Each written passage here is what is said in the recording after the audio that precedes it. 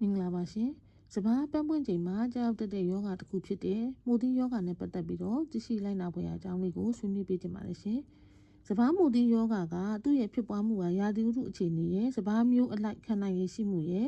ဒါအတိနံစိုက်ပျိုးတဲ့ရာသီတစ်လျှောက်လုံးမှာစိုက်ခင်းကိုဘယ်လိုစီမံခန့်ခွဲလဲဆိုတဲ့အခြေအနေတွေပေါ်မှာမူတည်ပါတယ်သူ့ရဲ့ယောဂပြင်းထန်မှုပါပေါ့နော်ရာသီဥတုနဲ့ဘယ်လိုဆက်ဆက်နေသလဲဆိုရင်ဒီမိုသီးယောဂါဒီစဘာမှာနှံစားပြူချိန်နဲ့ပန်းပွင့်ချိန်တွေမှာအဓိကကြောက်တတ်ပါတယ်အကယ်၍အဲ့ဒီအချိန်ဒီမှာမိုးများပြီးတော့ပေါ့နော်စိုက်ခင်းထဲမှာဆူထိုင်းစမြင့်နေမယ်အထူးသဖြင့်ပေါ့နော်ညပိုင်းမှာမိုးရွာပြီးတော့ဆူထိုင်းစကဖြစ်တည်နိုင်တဲ့ကာလကြာရှည်တဲ့အချိန်မျိုးအပူချိန်ကလည်း28ဒီဂရီကနေ32ဒီဂရီဝန်းကျင်ရှိတဲ့အခါမျိုးပေါ့နော်ဒါမျိုးမှာကြောက်တတ်ပါတယ်ဒါပန်းပွင့်ချိန်မှာမိုးရွာတယ်မိုးအုပ်တဲ့ကာလကြာရှည်တယ်နောက်တစ်ခါစိုက်ခင်းထဲမှာစဘာကအပင်ဥယျာဉ်များတာနဲ့ကြက်ပင်ကြက်နေပြီးတော့ပေါ့နော်လေဝင်လေထွက်မကောင်းတဲ့အချိန်မျိုးမှာအခြေအနေမျိုးမှာဒါမိုသီးယောဂကြာရောက်မှုကိုပုံမူပြီးတော့ပံ့ပိုးအားပေးသလိုဖြစ်နိုင်ပါတယ်အထူးသဖြင့်တော့ဒါစဘာရဲ့ဖုံးတုံးလုံးအချိန်နန်းစားပြူချိန်ပန်းပွင့်ချိန်ဒီမှာပေါ့နော်ဒါယောဂကာကွယ်ရေးအရေးကြီးဆုံးအချိန်ဖြစ်ပါတယ်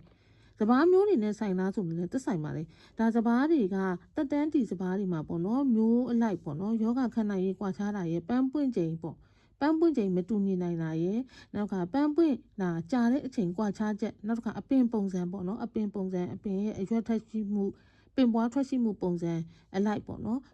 ်ပင်ပုံစံကွာခြားတာရဲ့အဲ့လိုမျိုးအပင်ပုံစံကွာခြားတာနဲ့အမျှဒါစိုက်ခင်းထဲမှာအပင်ပိတ်နေမယ်ဆိုရင်ဆိုထိုင်းစွာစကောက်ကွာခြားသွားတာမျိုးဖြစ်နိုင်တဲ့အခါမှာဒီမိုသီးယောဂပြင်းထန်မှုကလည်းကွာခြားနိုင်ပါတယ်ဒါဆိုရင်ဒီနှစ်ကတော့ရာသီဥတုကကောင်းတယ်မိုသီးမကျနိုင်ဘူးဒီလိုရာသီဥတုမျိုးဆိုရင်မိုသီးလုံးဝမဖြစ်နိုင်ဘူးလို့လည်းမဆိုနိုင်ပါဘူးဘာဖြစ်လို့လဲဆိုတော့ကြတော့ကိုစိုက်ထားတဲ့မျိုးရဲ့ဒီပေါ့နော်အပင်ပုံစံပေါ်မှာမူတည်ပြီးတဲ့အခါမှာရာသီဥတုနဲ့ကိုက်ညီမှုမရှိဘူးဆိုရင်လည်းဒါမိုသီးကကျနိုင်တဲ့အခြေအနေမျိုးဖြစ်သွားနိုင်ပါတယ်ဒီမိုသီးယောဂကြာရောက်မှုကာကွယ်မှုကတော့ပေါ့နော်မိုသီးတွေ့ပြီးအဲ့တော့မှဆေးဖြန်းမယ်ဆိုတဲ့မျိုးထက်စရင်ပန်းပွင့်ချိန်မတိုင်မီကြိုတင်ကာကွယ်ခြင်းကပို့ပြီးတော့ထိရောက်ပါတယ်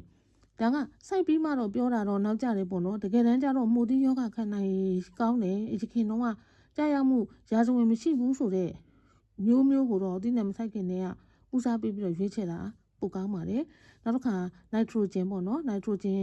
မြေဩဇာကိုအလွန်ကြော်မသုံးဘဲနဲ့တော့အကျဉ်းကြီးခွဲချိန်ဆပြီးတော့သုံးဖို့လိုအပ်ပါတယ်နောက်တစ်ခါဒီမျိုးပေါ့နော်မျိုးဘယ်လောက်ထိသုံးမှလဲပေါ့နော်အပင်ဥယျာဉ်အရန်ကိုကြက်သိမ့်နေတဲ့အခါမျိုးမှာလဲဒါလေဝင်လေထွက်ကိုသွားပြီးတော့ထိခိုက်တဲ့အခါမှာဒါမို့ဒီအတွက်ပြဿနာအများကြီးရှိစေပါတယ်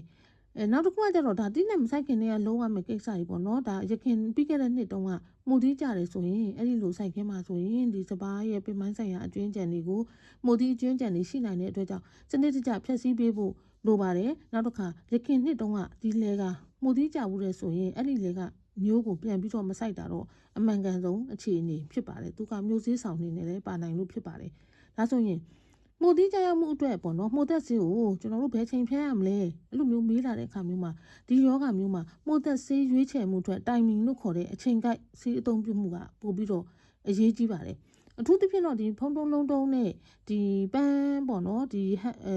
နှံစားပြူချိန်မတိုင်မီအချိန်မှာသုံးရတာပို့ပြီးတော့မှန်ကန်ပါတယ်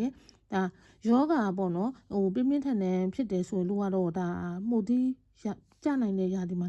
9ရက်ကနေ10ရက်ကြားပြီးတော့နှစ်ကြိမ်သုံးတာမျိုးလဲလုတ်တဲ့ဟာမျိုးရှိတယ်ပေါ့ဒါပေမဲ့အသုံးပြုတဲ့မှုသက်ဆေးပေါ်မှာတော့မူတည်တယ်ပေါ့နော်ဒါမိုသီးအတွက်ဆိုရင်ဒါကကြိုပြီးတော့ပေါ့နော်ဒါပင်ပွားစုံတဲ့အချိန်ဒါစဘာဖုံးတုံးလုံးတုံးချိန်မတိုင်မီမှာဆိုရင်ကလိုရိုတာလိုနေလို့ဆေးမျိုးကိုသုံးနိုင်ပါတယ်အကယ်၍မိုသီးအနှဲငယ်စပြီးတော့ပေါ့နော်ဘေးပတ်ဝန်းကျင်မှာစကြနေပြီဆိုတော့ကျမတို့က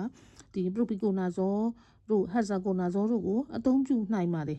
ဒါပေမဲ့လည်းနိုင်ငံလိုက်ပေါ့နော်ဒါမိုသီးယောဂအတွက်ပေါ့ဒီ label registration ရှိတယ်ဆိုတာမှာပေါ့ဒီလိုမျိုးဆေးမျိုးကိုတော့ရွေးချယ်ပြီးသုံးတာမှန်ပါတယ်အရေးကြီးတဲ့အချက်ကကြတော့ဒါမိုသီးတွေ့နေပြီအဝါရောင်လိမ့်မောရောင်မိုလုံးတွေရပေါ့နော်စဘာနံပေါ်မှာအများကြီးဖြစ်နေပြီဆိုတော့မိုသက်ဆေးသုံးပြီးတော့ကာကွယ်ဖို့ကဒါထိရောက်မှုမရှိတော့ဘူးလို့ပဲဆိုရမှာဖြစ်ပါတယ်နောက်ကျသွားပြီပေါ့ဖြစ်ပါတယ်ဒါကြောင့်မလို့ဒီမိုသက်ဆေးအသုံးပြုခြင်းရဲ့အထူးရည်ရွယ်ချက်ကတော့ဒါအထူးပေါ့နော်ဒီယောဂကိုပြင်းပြင်းထန်ထန်မဖြစ်သေးခင်အချိန်မှာကြိုတင်ကာကွယ်ဖို့ကတော့အရေးကြီးဆုံးအပိုင်းပဲဖြစ်ပါတယ်ဒါမိုသီးနဲ့ပတ်သက်လို့သတိထားရမယ့်အချက်ကလေးတွေဖြစ်ပါတယ်ရှင်ကျေးဇူးတင်ပါတယ်ကျွန်မဒေါက်တာထားတာပါရှင်